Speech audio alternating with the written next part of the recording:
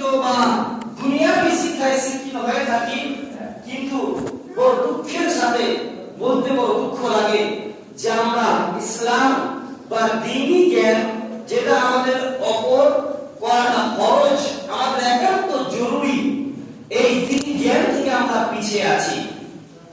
এমনি দুনিয়াবি শিক্ষার দিক দিয়ে আমরা কম বেশি সকলে শিক্ষিত, কিন্তু এই দ্বীনি জ্ঞান ইসলামী শিক্ষার দিক থেকে আমরা কম বেশি অনেকেই পিছিয়ে আছি।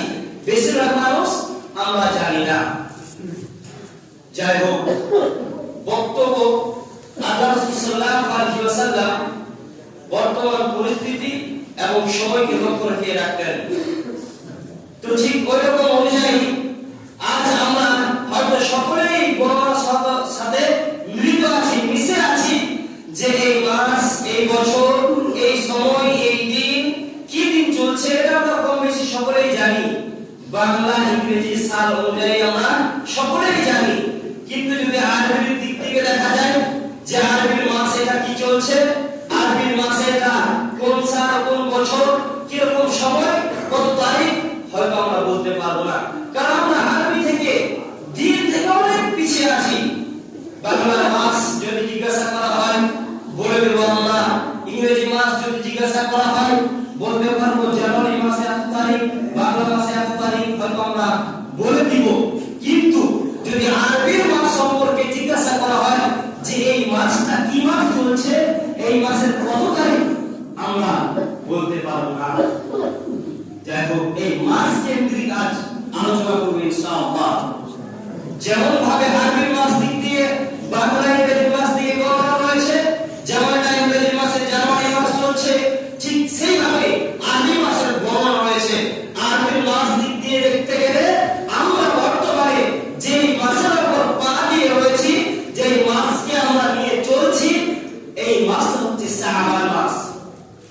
শাবান মাস, তো এই মাসের বেশ কিছু ফজিলত এবং গুরুত্ব রয়েছে, যেটা আল্লাহ রাসূল সাল্লাল্লাহু আলাইহি ওয়াসাল্লাম তিনি উম্মতদেরকে, সাহাবীদেরকে এই গুরুত্ব সম্পর্কে বলেছেন এবং তিনি নিজে এই মাসকে গুরুত্ব দিয়েছেন এবং আমলে পরিণত করেছেন, এবং যেটা বর্জন করেছেন এটা বর্জন করেছেন, এবং যেটা নিষেধ করেছেন নিষেধ করেছেন। অতএব এই মাস আমাদেরকে কি শিক্ষা দেয়, এই মাস আমাদেরকে কি বলে, এই মাস আমাদেরকে কিভাবে চলতে বলে, এই মাস আমাদেরকে কি করতে বলে, এবং কোন জিনিস থেকে আমাদেরকে বিরত রাখতে চায়, নিষেধ করতে চায়, এই জিনিসটা আমাদেরকে দেখতে হবে। শাবান মাসকে আল্লাহ রাসূল সাল্লাল্লাহু আলাইহি ওয়াসাল্লাম বেশ গুরুত্ব দিতেন। আল্লাহ রাসূল সাল্লাল্লাহু আলাইহি ওয়াসাল্লাম এই শাবান মাসকে গুরুত্ব দিতেন। আল্লাহ রাসূল সাল্লাল্লাহু আলাইহি ওয়াসাল্লাম তিনি বলেন, কানা আহাব্বু শুহরি ইলা রাসূলিল্লাহ সাল্লাল্লাহু আলাইহি ওয়াসাল্লাম আন ইয়াশুম শাবান।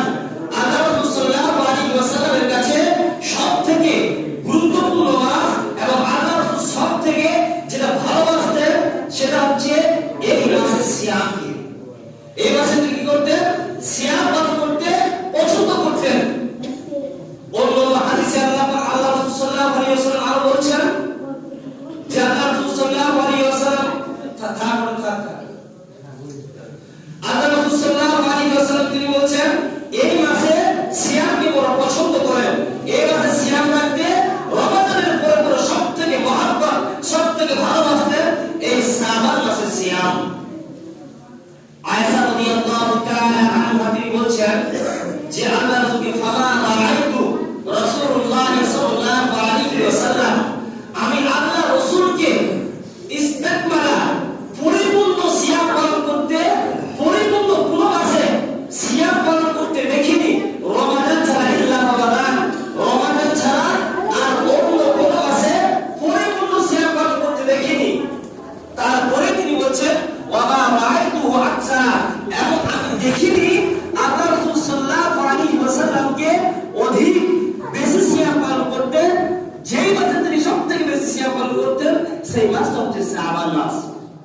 অতএব আমাদের করণীয় যেটা হবে, এখন বর্তমান আমরা যেই মাসের উপর আছি সেটা হচ্ছে শাবান মাস।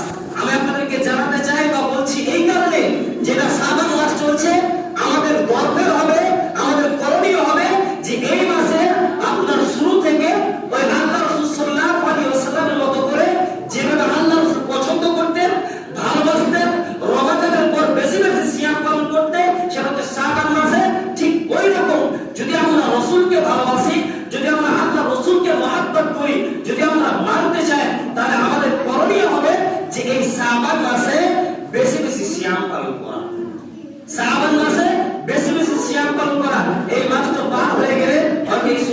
পাবো না। যেহেতু এই মাসের এখন শুরুর দিক, তাই আমরা যদি মনে করি ওই আল্লাহ রাসূল সাল্লাল্লাহু আলাইহি ওয়াসাল্লাম যে ফজিলত, যে মহব্বতটা এই মাসের সাথে লাগিয়ে থাকতেন, যে মহব্বতটা এই মাসকে করতেন, সেটা এখন আমাদের পক্ষে সম্ভব, কিন্তু কিছুদিন পার হয়ে গেলে আমরা সেটা পারবো না। তাই আমাদের উচিত হবে এই শাবান মাসের বেশি বেশি সিয়াম পালন করা। আল্লাহ রাসূল সাল্লাল্লাহু আলাইহি ওয়াসাল্লাম তিনি আর বলছেন, ওসামা বিন যায়েদ রাদিয়াল্লাহু তাআলা আনহু থেকে হাদিস বর্ণনা, তিনি বলছেন যে আল্লাহ রাসূল সাল্লাল্লাহু আলাইহি ওয়াসাল্লামকে আমি জিজ্ঞাসা করলাম যে আল্লাহ রাসূল সাল্লাল্লাহু আলাইহি ওয়াসাল্লাম আপনি এই মাসে এত বেশি বেশি কেন সিয়াম পালন করেন?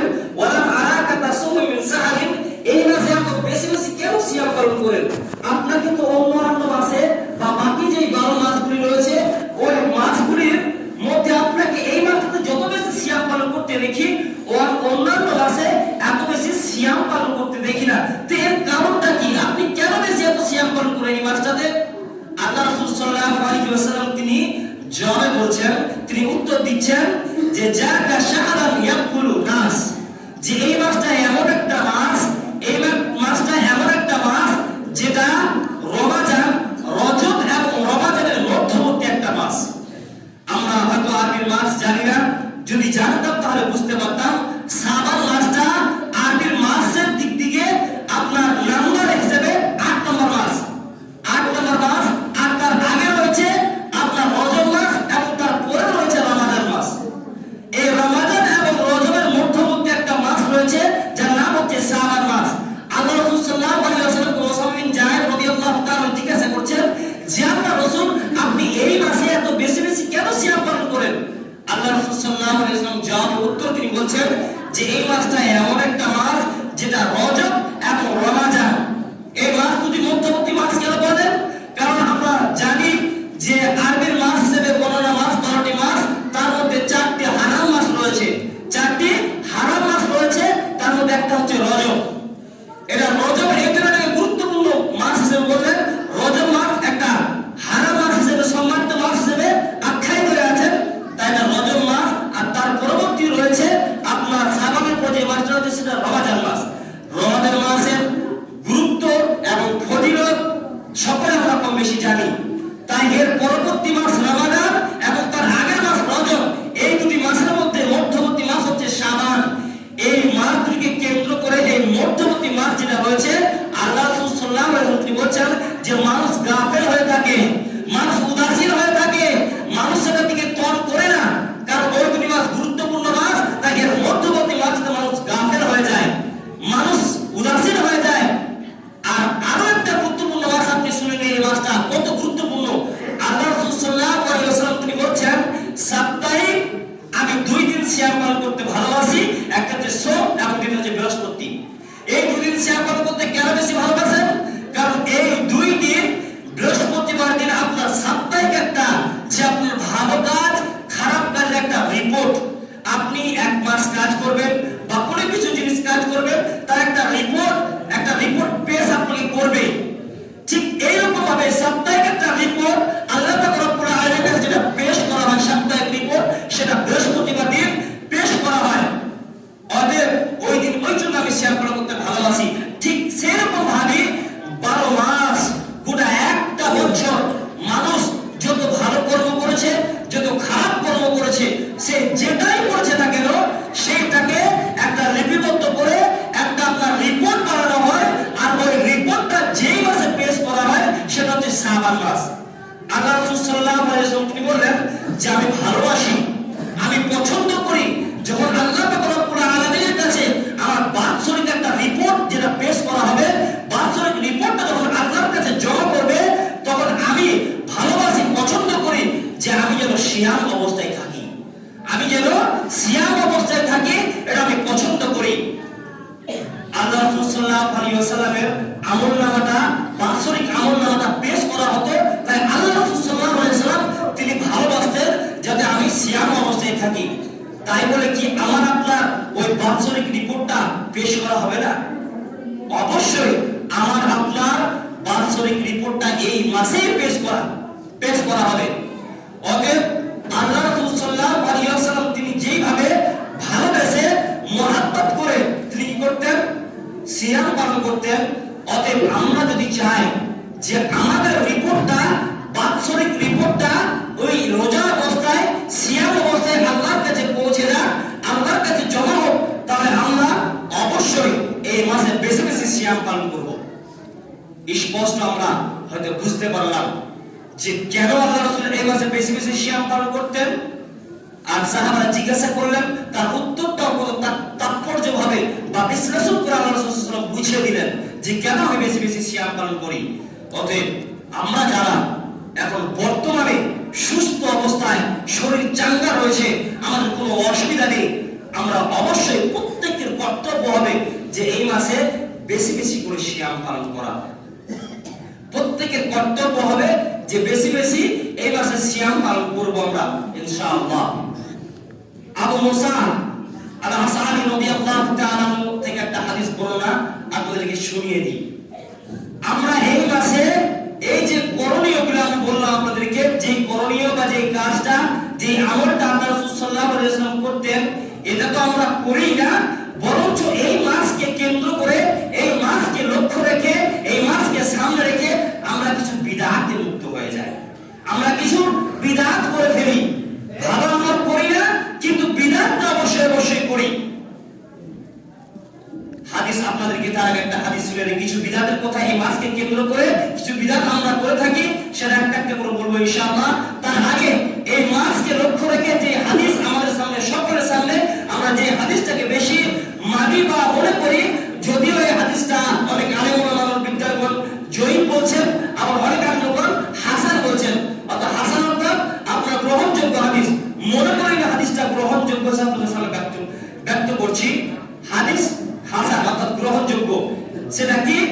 যে আল্লাহ রাসূল সাল্লাল্লাহু আলাইহি ওয়াসাল্লাম বলেছেন যে এই মাসে নিসফে শাবান অর্থাৎ আপনার 14 তারিখ, এই শাবানের অর্ধেক মাস অর্থাৎ 14 তারিখ দিনটা পেরিয়ে গিয়ে 15 তারিখ, আপনার যে 15 তারিখের আগে অর্থাৎ রাত্রিতে আল্লাহ পাক রব্বুল আলামিন তার সৃষ্টিদের প্রত্যেকটা জন্মে যত সৃষ্টি আছে প্রত্যেককে আল্লাহ পাক রব্বুল আলামিন তিনি ক্ষমা করে থাকেন, তিনি ক্ষমা করেন, এটা আমরা সকলে জানি। তো আল্লাহ পাক রব্বুল আলামিন তিনি সকলকে ক্ষমা করবেন, তার দুটি শর্ত রয়েছে যে আল্লাহ পাক রব্বুল আলামিন তাদেরকে ক্ষমা করবেন এবং তাদের দিকে রহমতের দৃষ্টি দিবেন। সেই কারণটা কি? কি কি করতে হবে? সকলকে ক্ষমা করবেন, শুধু দুই শ্রেণী ব্যক্তিকে বাদ দিয়ে। এখানে কি কি কথা বলছেন ভালো করে লক্ষ্য রাখবেন হাদিসটা, যে সকলকে আল্লাহ পাক রব্বুল আলামিন ক্ষমা করবেন এবং রহমতের দৃষ্টি আল্লাহ পাক রব্বুল আলামিন এই দিনটাতে দিবেন, কিন্তু দুই শ্রেণী ব্যক্তিকে বাদ দিয়ে।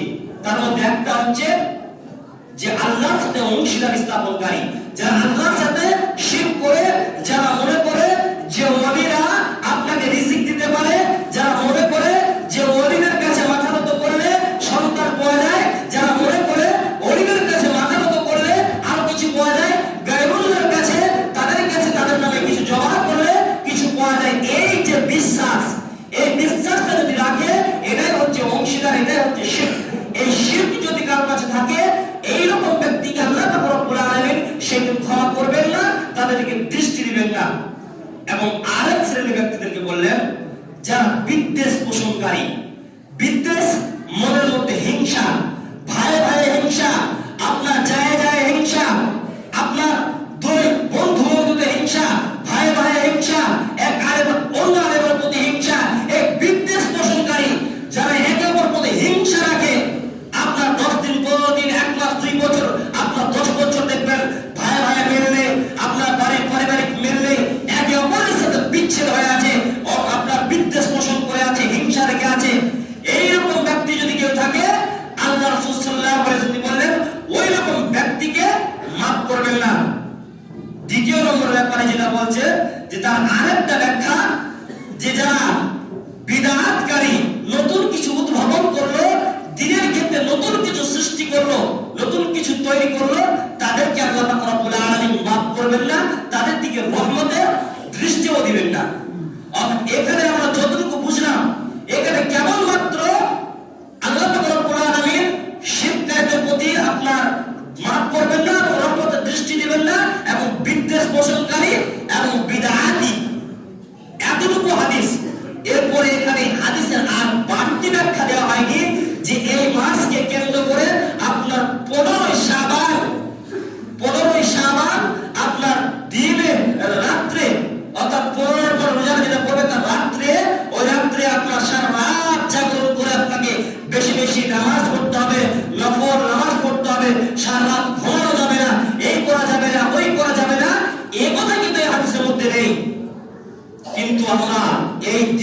কেন্দ্র করে, এই দিনটাকে লক্ষ্য করে আমরা বহু বিদাতে লিপ্ত হয়ে যায়।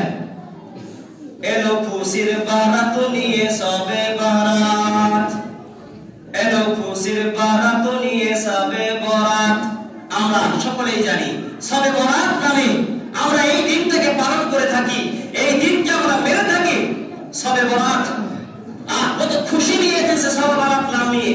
আমরা এই গজলের মাধ্যমে, ইসের মাধ্যমে আমরা জেনে থাকি যে সবে বরাত দিনটা কত খুশির দিন। কিন্তু এই মাসকে কেন্দ্র করে এই বিদআত যেগুলি করা হয় তার মধ্যে নাম্বার 1 হচ্ছে যে সবে বরাত।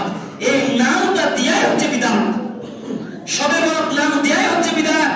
আপনি কোরআন এবং সেই হাদিসে একটা হাদিস, একটা কোরআন আয়াত আপনি দেখাতে পারবেন না যেখানে আল্লাহ পাক রব্বুল আলামিন কোন দিনকে সবে বরাত নামে আখ্যায়িত করেছেন, সবে বরাত নাম দিয়েছেন।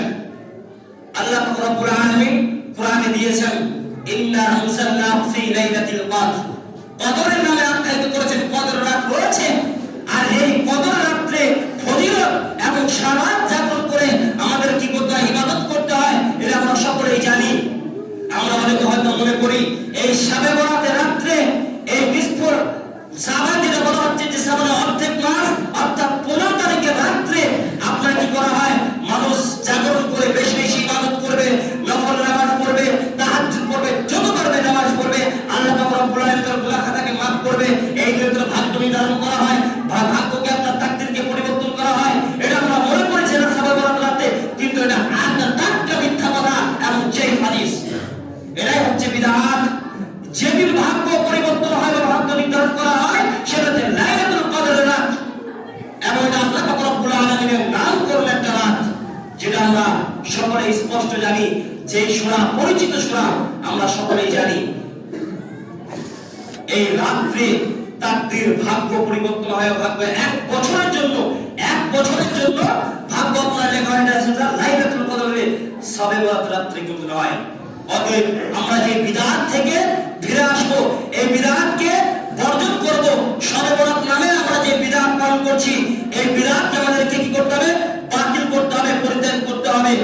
এবং দ্বিতীয় নম্বর, এই রাতটি হচ্ছে ভাগ্যরজনী রাত, যেটা বললাম আমরা মনে করে থাকি, এটাও আমরা কিন্তু বিদআত করি। এই জিনিসটা যদি আমরা মানি এবং আমরা যদি মনের বিশ্বাস রাখি, তাহলে আমরা কি করব, বিদআত করব। অতএব এই জিনিস থেকে আমাদেরকে বার হতে হবে, বর্জন করতে হবে। এবং এই রাত্রে দেখবেন, এই রাত্রে কেন্দ্র করে, এই রাতকে লক্ষ্য রেখে 15 শাবানের রাত্রে আপনার হালুয়া, রুটি, আরো মিষ্টি, বিভিন্ন জিনিস বানানো হয়। আমরা এটা বানাই, আমরা মনে করি এটা খুশির দিন, খুশির রাত। আমরা এই বলে আমরা কি করে হালুয়া, রুটি, এই দিনে দলে দলে কবর জিয়ারত করতে যাওয়া, আপনার দলে দলে কবর জিয়ারত করে কবরকে লাইটিং করা, বিভিন্ন আমরা যে বিদআতের সাথে লিপ্ত হয়ে আছি, এই জিনিসগুলো আমাদেরকে বর্জন করতে হবে, পরিত্যাগ করতে হবে। যদি আমরা এই জিনিসকে বর্জন করতে না পারি, তাহলে আল্লাহ পাক রব্বুল আলামিন তিনি স্পষ্ট ভাষায় সূরা কাহাফ বলছেন, আল্লাযী দাল্লা সায়াহুম ফিল হায়াতিদ দুনিয়া ওয়া হুম ইয়াহসাবুনা আন্নাহুম ইহসিনুনা সুনআ।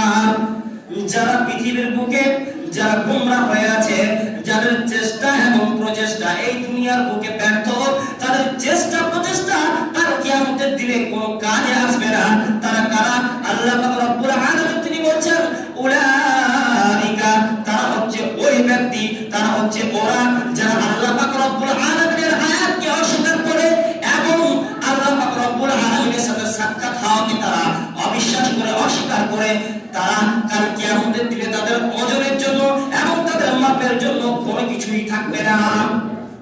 যারা বিদআত করে, এত ভয়ঙ্কর বিদআত, এত ভয়ঙ্কর একটা পাপ, যেটা পাপ করবে কিন্তু করার পর মনে করবে না যেটা বিদআত, তারা সেটাকে ভালো মনে করে পালন করবে, তারা সেটাকে ভালো মনে করে পালন করবে। এখানে আল্লাহ পাক রব্বুল আলামিন স্পষ্ট বললেন, কিন্তু কাল কিয়ামতের দিনে তাদের জন্য ওদের জন্য একটা কিছু থাকবে না। অতএব এই বিদআতকে আমাদের বর্জন করতে হবে। যদি এখনো পর্যন্ত আমরা শুধুমাত্র 15 শাবানকে কেন্দ্র করে যদি হালুয়া রুটি করে থাকি, যদি এই দিনকে কেন্দ্র করে আমরা কবর জিয়ারতে মগ্ন হয়ে থাকি, এই দিনকে কেন্দ্র করে যদি আমরা লাইটিং করে থাকি কবরে, আর বিভিন্ন জায়গায় বিদআতের সাথে যদি আমরা লিপ্ত হয়ে থাকি, আমাদেরকে এই কাজকে আজ থেকে বর্জন করতে হবে। আজ থেকে আমাদের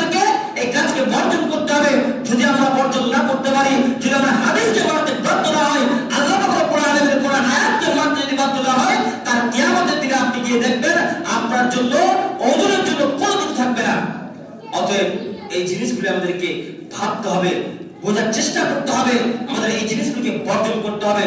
যাই হোক, সময় শেষ হয়ে গেছে, পরবর্তীতে এই বিদআত সম্পর্কে আলোচনা করবো ইনশাআল্লাহ। পড়ছি আল্লাহর কাছে দোয়া করি, আল্লাহ পাক রব্বুল আলামিন আমরা যারা এখনো পর্যন্ত এই বিদআতকে বর্জন করতে পারিনি, আমরা বিদআতের সাথে যারা জড়িত আছি, আল্লাহ পাক রব্বুল আলামিন আমাদের এই বিদআতকে বর্জন করার তৌফিক দান করুন। আমিন। ওয়া আখির দাওয়ানা আলহামদুলিল্লাহি রাব্বিল আলামিন।